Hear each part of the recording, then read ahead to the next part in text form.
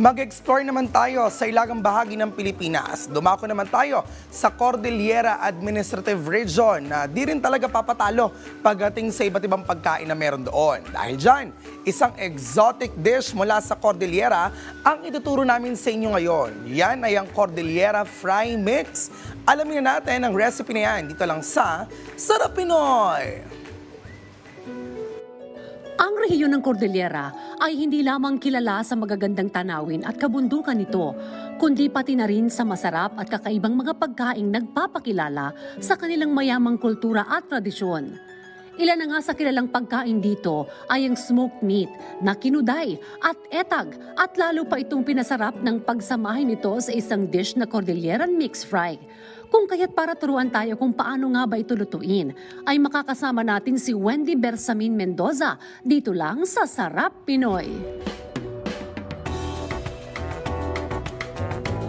Umpisahan po natin, ang ginagamit po namin dito is olive oil para medyo healthy po tayo. Ito po, mainit na ang ating kawali. So, ilalagay na po natin yung olive oil. Ayun, so pag mainit na po siya, mainit na yung mantika, ang next natin ilalagay is yung bawang. And then, ang isusunod po natin is yung sliced mushroom. Ayun, ang next nating ilalagay ngayon is yung tinatawag kong kinuday or kiniing. Yung ini-smoke po natin, 72 hours po itong ini-smoke. Ang next naman po nating ilalagay is yung etag. Ito naman is, ang kaibahan naman nito sa kinuday is, sinusalt namin siya and then it's air-dried naman. Para naman mas lalo pang sumarap ang ating Cordilleran Mix Fry, ay sunod na nilagay ni Wendy ang kanilang secret sauce. Tapos, ang next po nito is yung bell pepper. Bell pepper. Yan.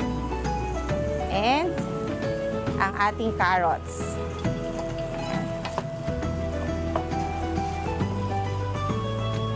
Bago naman ito lagyan ng konting lemon o kalamansi, ay isi-simmer lang ito saglit para maluto ng husto ang karne. Mag-squeeze lang tayo ng konting lemon. Since it's heavily salted, so yung pang-tame lang po namin yung lemon para hindi siya masyadong maalat. Yan, tapos na po ang ating Cordilleran Mix Fry. Ngayon, ang gagawin natin is ipe-plating naman natin po siya. Medyo yung mga nilagay nating bell pepper, tsaka carrots, nag-a-add po siya nung color. Tapos, ang panghuli po natin is, medyo squeezean natin ng konting sagada orange po.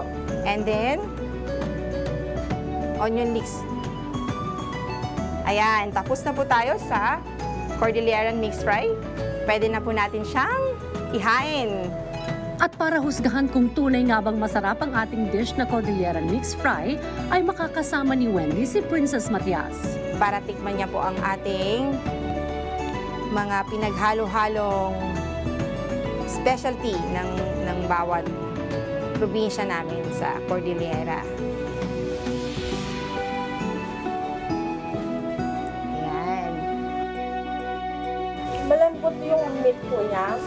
May konting alat, pero nag-blend yung smoky flavor ng meat. Parehas po sa masarap.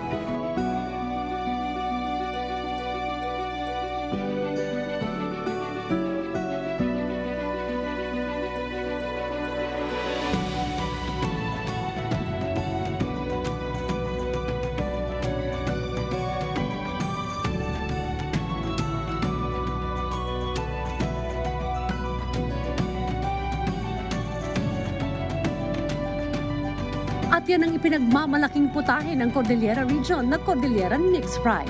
Sa kakaibang lasa at sarap ng mga karne na naman ito, tsak na mararamdaman natin na tila nakarating na rin tayo sa Cordillera at Sagada.